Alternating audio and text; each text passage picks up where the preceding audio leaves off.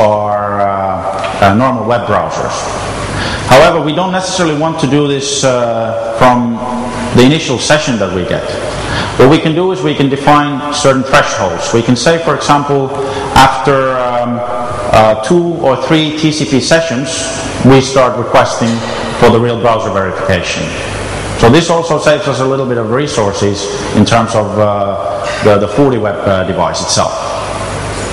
And once we submit a client for the real browser verification, if we get a proper feedback, we allow the client to pass through. If the client fails it, we can then start the selected enforcement methods. Now, once we have detected IP addresses that are behaving badly, the obvious thing is to block them. And we have this capability as well. We can identify which users are or which attackers are behind standalone IPs. And as long as they are standalone IPs, we can without a worry block the IP. We can set a specific time limit. This allows us to not worry about the attacker actually using any resources further on the FortiWeb.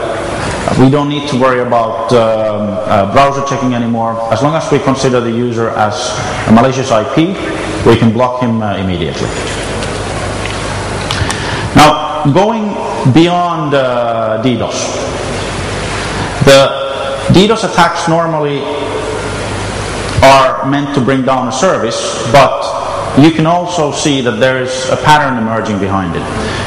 We have seen that several different DDoS attacks are actually just diversions to take the attention of the victim somewhere else, while there's a totally different type of break-in happening on the background. For example, the Sony PlayStation Network DDoS attack was timed to happen at the same time as their customer service records were broken into. Over 70 million records were pulled out, including possibly credit card information as well. So what do you do to protect yourself from these type of attacks? It's not just the DDoS system that DDoS mitigation system that you need, but also a web application firewall is required. Web applications, when they are created, security is not normally the #1 priority. The purpose is to get the application running and working and being able to offer the services to the users. Now, this leaves several holes, possible open exploits into the actual application, and this is why web application firewalls are required. Normal firewalls, as I said, IPSs will not be able to detect all types of SQL injections or cross-site scripting attacks. When you're looking at a FortiWeb, we can say it's a 2-in-1 product. We have both the web application firewall included, as well as the DDoS mitigation and protection in the same system.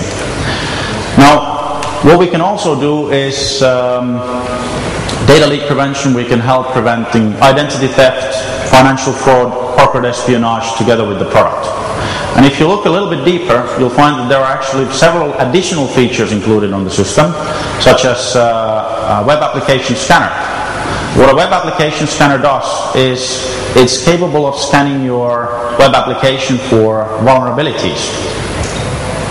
So you have an active method of actually verifying whether you have any open loopholes within your web application system or not.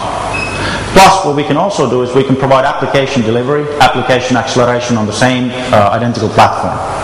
This allows you to offload, for example, certain SSL inspection functions to a hardware-accelerated FortiWeb system.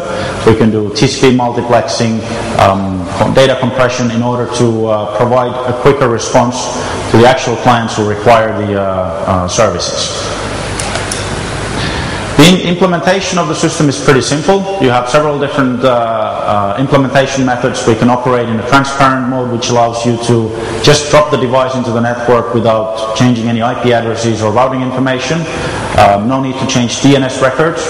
We can also deploy the system in a span port mode offline, which means you don't need to worry about downtime. You still have the functionalities available to monitor and enforce specific policies. And then, of course, we can run in a reverse proxy mode, which requires a little bit additional changes into the network. If you're looking for a PCI compliance, the FortiWeb would be able to help you in terms of acting as a web application firewall, as well as a web application scanner. So, as a conclusion, web applications today are vulnerable to DOS and DDoS attacks. And what we see is that it is the application layer attacks that are gaining more and more ground. Normal firewalls and IPS systems would not be able to stop these type of attacks, so you need something that is a dedicated system to protect your web services. You need a system that has the capability and understanding on the layer 7, and this is what we can offer in FortiWeb. And now, before I conclude my presentation, you might have a question about what about network layer DDoS attacks.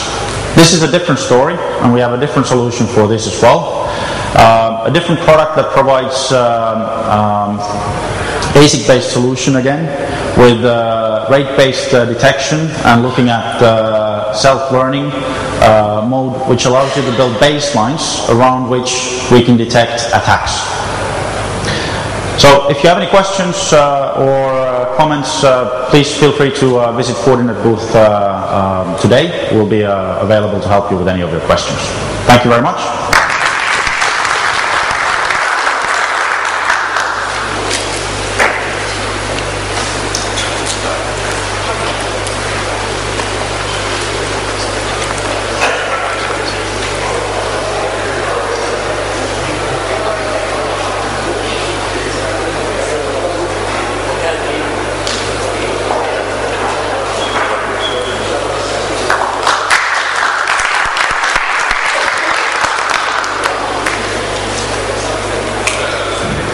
Thanks again, Kalle. We'll move on to our next speaker. Our next speaker comes to us from WebSense. He's the EMEA Sales Director